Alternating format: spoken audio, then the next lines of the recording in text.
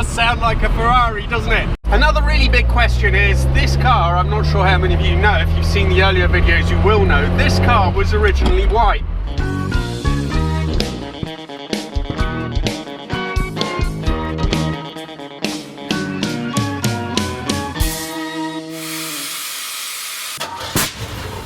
Everyone, and a warm welcome from me and from the troublesome InfluEnzo. Today I'm going to tackle a few jobs that I don't particularly want to do. One is that I need to flush the cooling system again. That's because when I ran the cleaner through it, a lot of it has obviously still stayed in the system. It's really hard to flush the whole thing. There's still pockets of water that remain in, even though I tried with a hose last time. So anyway, I have to do that. Then I need to put the new pipe in so that I can get the exhaust to clear, and then I need to clean it as well. I haven't washed the InfluEnzo since I bought it.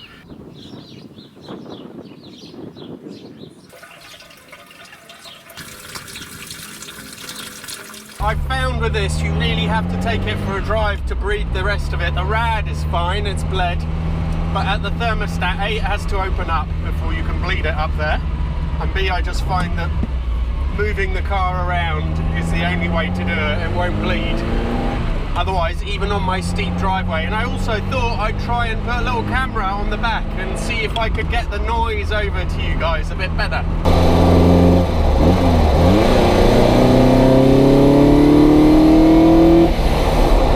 I have to say, I'm starting to wonder how much what I'm actually looking for is intake sound rather than the exhaust. I think it is both. It's not just the intake that's missing. I ran it before. Actually, what we'll do is I will stop, and when I next bleed it, I'll take the covers off the carbs, and you can hear what it sounds like without, when you get more intake noise.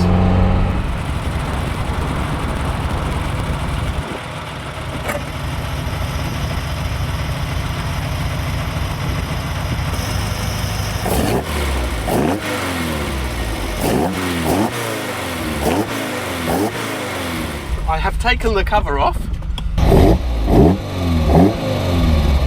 It does sound a lot better, I think. It just gives it that bit of edge.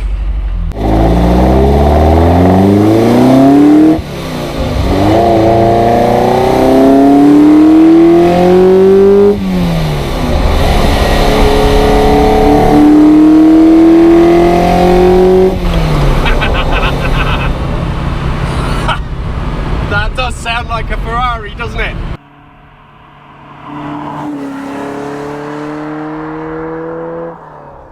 It's still not got that real high, more of a high-pitched squeal at the top, but at least between 4 and 5,000 it now has a bit of aggression to it, and lower down it sounds even better. Maybe the answer is just the induction.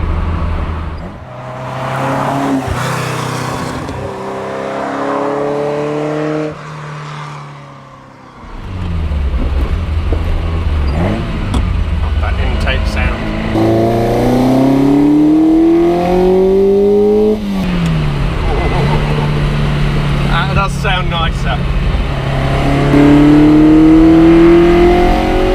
Oh yes! Ah! Well, I mean, I would be happy with that. That's what I want. I want it to I want it to snarl, and I want it to sound really mean and pissed off when it's going towards the higher rev range. And that's what it hasn't been doing so far. Just on the standard setup, honestly, between 4,000 to 6 or whatever it is, it literally just sort of like meanders through. It's not right.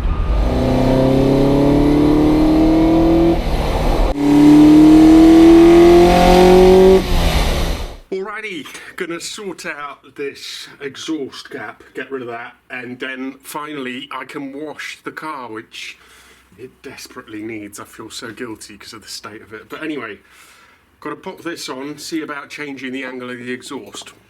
So the problem is that on this side there's a very long link pipe that has some flexibility in it and would allow the exhaust to drop down slightly to increase clearance. But on the other side, it's actually a short U-bend pipe like that, and because of its angle and the way it's linking to the headers, the exhaust will not drop any further. So the solution is to change the angle of that long link pipe so that the exhaust moves in the way it's sitting rather than dropping it. If I use this link pipe, which is slightly angled, should be allowing me to do that.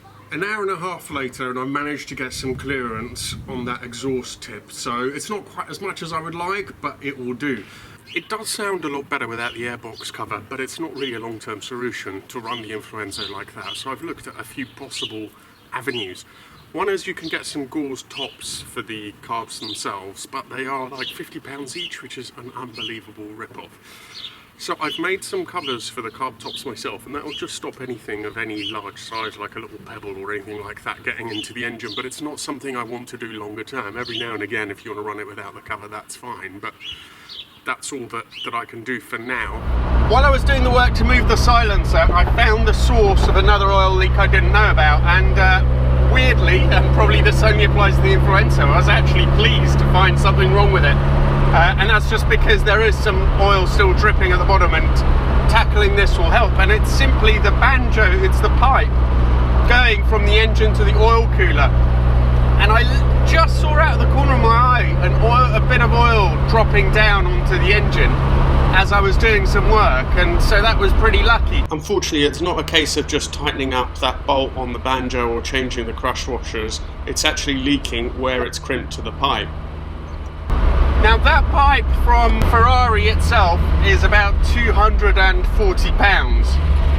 From Superformance, they have one available for about 160, but I'm pretty sure that plane flying pretty low ahead, but I'm pretty sure that one of the local agricultural hydraulic suppliers will be able to do one for me for about £50–60, so I'm going to sort that out next as well. For the first time in months, I have actually cleaned the InfluEnzo, and it does scrub up rather nicely, I think you'll agree. I'm not going to let it go so much time without cleaning again. I think it was pretty disgusting before, so but anyway, it does look pretty good, and that's great. So there's a couple of things to talk about before the video ends. The first is what to do about the air intake noise.